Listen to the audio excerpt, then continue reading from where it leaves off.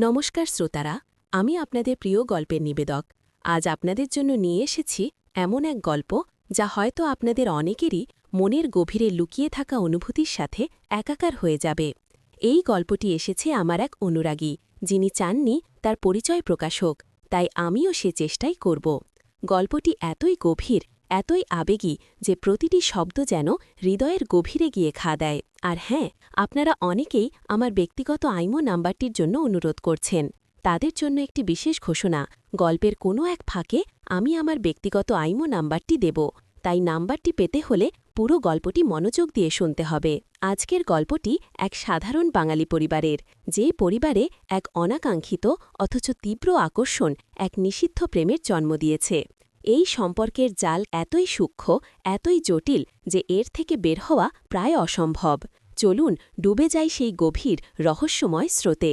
লুকানো আকর্ষণ, দিদির অনুপস্থিতি আর দুলাভাইয়ের বাড়িতে শালির দীর্ঘ থাকা, এই সুযোগেই তৈরি হল এক গভীর লুকানো আকর্ষণ যা পারিবারিক বাঁধন ভাঙল।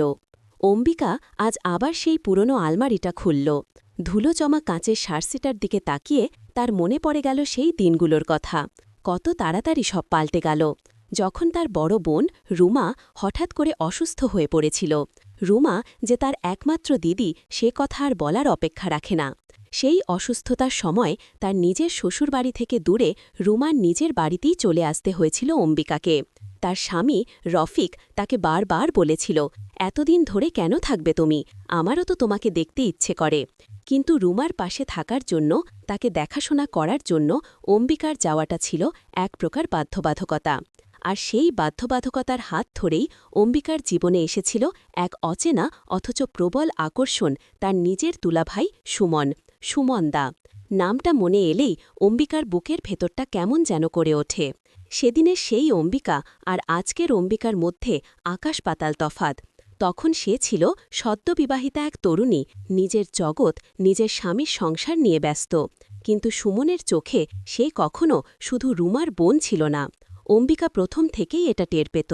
সুমনের চাহনি, তার কথা বলার ধরন, তার আচমকা স্পর্শ, সব কিছুতেই ছিল অন্যরকম কিছু। কিন্তু তখন সে বুঝতে পারেনি, দিদির অসুস্থতা, তার নিজের নতুন সংসার, সব মিলিয়ে এই সব সূক্ষ্ম অনুভূতিগুলোকে সে এড়িয়ে গিয়েছিল। রুমা যখন গুরুতর অসুস্থ হয়ে পড়ল, তখন যেন সুমনের এক অন্য রূপ বেরিয়ে এলো। রুমার অসুস্থতার দিনগুলোতে সুমন একা হয়ে পড়েছিল।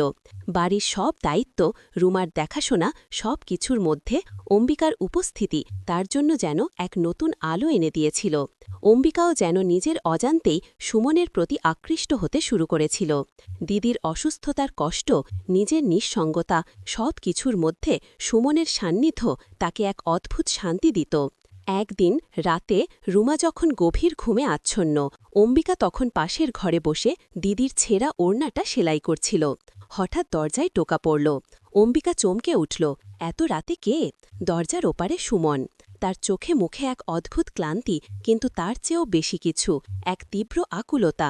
একটু কথা বলতে এসেছিলাম, ফিসফিস করে বলল সুমন।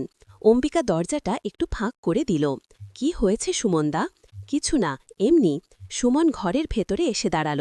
অম্বিকা তখনও সেলাইয়ে মন দিয়েছিল, কিন্তু সুমনের উপস্থিতি তাকে শান্ত থাকতে দিচ্ছিল না। তার দীর্ঘশ্বাসের শব্দ, তার গায়ে লেগে থাকা হালকা পারফিউমের গন্ধ, সবটাই অম্বিকাকে এক অজানা জগতে টেনে নিয়ে যাচ্ছিল। কি করছ?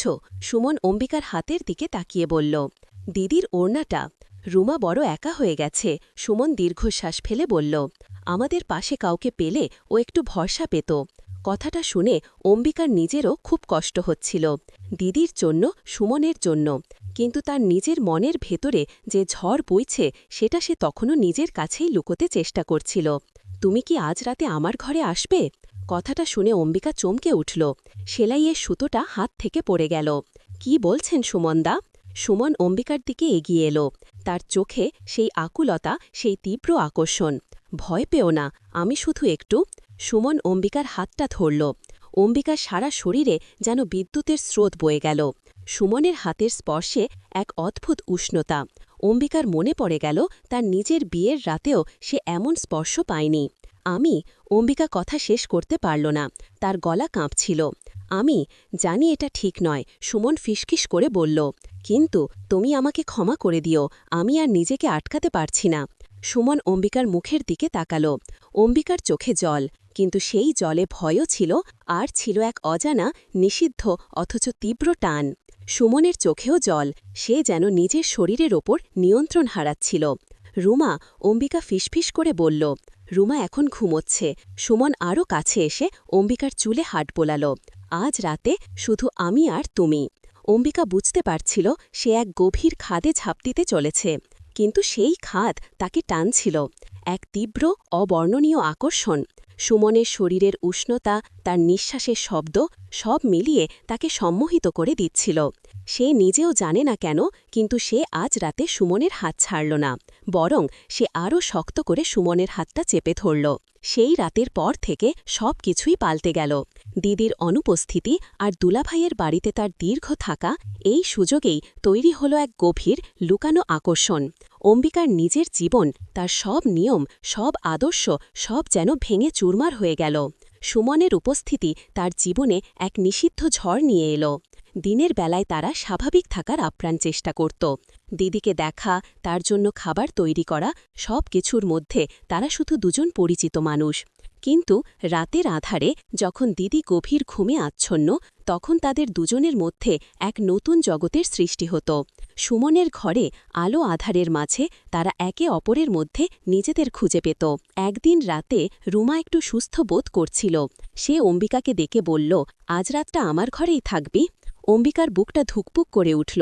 সুমনের সাথে তার যে গোপন অভিসার, তা আজ তাহলে বন্ধ। কিন্তু সে বুঝতে পারছিল দিদির আবদার সে ফেলতে পারবে না।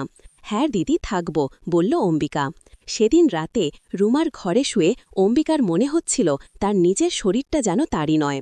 তার মন পড়েছিল সুমনের ঘরে। সে শুনতে পাচ্ছিল সুমনের দীর্ঘশ্বাস, তার অস্থির পায়চারির শব্দ। অম্বিকাও নিজের মনে মনে সুমনের জন্য ছটপট করছিল। এই নিষিদ্ধ টান, এই লুকানো আনন্দ তাকে এক অদ্ভুত নেশায় আচ্ছন্ন করে রেখেছিল। পরদিন সকালে যখন রুমা ঘুম থেকে উঠল, অম্বিকা তখন রান্নাঘরে। সুমন ঘরে ঢুকল। অম্বিকার দিকে তাকিয়ে এক মিষ্টি হাসি দিল। সেই হাসি যেন সব কথা বলে দিল। তাদের এই লুকানো জগৎ, তাদের এই নিষিদ্ধ প্রেম কারোর কাছেই এটা প্রকাশ পাবে না। দিদি কেমন আছে? সুমন আস্তে করে জিজ্ঞাসা করল। ভালো, অম্বিকা বলল। আপনি কি চা খাবেন? হ্যাঁ, খাবো। সুমন অম্বিকার খুব কাছে এসে দাঁড়াল। তার নিঃশ্বাস অম্বিকার মুখে এসে লাগছে। কিন্তু এই চায়ের সাথে যদি অন্য কিছু থাকত? অম্বিকার মুখ লাল হয়ে গেল। সে দ্রুত রান্নাঘর থেকে বেরিয়ে এলো। কিন্তু সুমনের ওই ইশারা, ওই লুকানো অর্থ তার মনের গভীরে ঝড় তুলল। রুমার সুস্থতা ফিরে আসতে লাগল। সে ধীরে ধীরে আগের মতো স্বাভাবিক হয়ে উঠল। অম্বিকার ফেরার সময় হয়ে এলো। এই ভেবে অম্বিকার মনটা খারাপ হয়ে গেল। সুমনের সাথে কাটানো এই গোপন মুহূর্তগুলো, এই নিষিদ্ধ টান কি সব শেষ হয়ে যাবে? সে কি আবার নিজের স্বামীর কাছে ফিরে যাবে, আর সুমন তার নিজের জীবনে? একদিন রুমা যখন একটু বাইরে গিয়েছিল, তখন অম্বিকা আর সুমন আবার একা। আর থাকতে পারছিল না। সে সুমনের হাত ধরল। আমি চলে যাব, বলল অম্বিকা। সুমন অম্বিকার দিকে তাকাল। তার চোখে সেই আকুলতা, সেই তীব্র আকর্ষণ। চলে যাবে? হ্যাঁ, অম্বিকা বলল। দিদি সুস্থ হয়ে গেছে। সুমন অম্বিকার হাতটা আরও শক্ত করে ধরল। কিন্তু আমি কি তোমাকে যেতে দেব? অম্বিকা সারা শরীর কাঁপতে শুরু করল। সুমনের এই প্রশ্ন, এই আকুলতা তাকে কোথায় নিয়ে যাবে? সে কি পারবে এই টান উপেক্ষা করে চলে যেতে, নাকি এই নিষিদ্ধ গভীর আবেগ তাকে গ্রাস করবে? এই প্রশ্নগুলো তার মনে ঘুরপাক খাচ্ছিল। সুমন ধীরে ধীরে অম্বিকার মুখটা দুহাতে তুলে ধরল। তাদের চোখাচোখি হল। সেই দৃষ্টিতে ছিল অজস্র অব্যক্ত কথা, এক প্রবল অনুনয় এবং এক ভয়াল আত্মসমর্পণ। সুমন ধীরে ধীরে তার ঠোঁট অম্বিকার ঠোঁটের দিকে এগিয়ে আনল। অম্বিকা চোখ বন্ধ করল। তার মনে হচ্ছিল এই মুহূর্তটা যেন অনন্তকাল ধরে চলতে থাকে। কিন্তু একই সাথে তার মনে এক অজানা ভয়ও কাজ করছিল। এই নিষিদ্ধ চুম্বনের পর কি হবে? তাদের সম্পর্ক কোন পথে যাবে? ঠিক সেই মুহূর্তে দরজায় জোরে টোকা পড়ল। তাদের দুজনেরই হার্টবিট যেন বন্ধ হয়ে যাওয়ার উপক্রম হল। কে হতে পারে এই অসময়ে? দিদি নাকি অন্য কেউ? সুমন দ্রুত সরে গেল। অম্বিকাও নিজেকে সামলে নিল। তাদের দুজনের মুখই ভয়ে, উত্তেজনায় সাদা হয়ে গেছে। দরজায় আবার টোকা পড়ল, এবার একটু জোরে। কে? সুমন গলাটা একটু পরিষ্কার করে জিজ্ঞাসা করল। বাইরে থেকে ভেসে এলো এক পরিচিত অথচ অচেনা কণ্ঠস্বর। আমি? কে এই আমি? কার কণ্ঠ? এই অকল্পনীয় পরিস্থিতিতে অম্বিকা আর সুমনের কি হবে? তাদের গোপন প্রেম কি তবে প্রকাশ হয়ে পড়বে, নাকি তারা এই বিপদ থেকে কোনো মতে বেরিয়ে আসতে পারবে?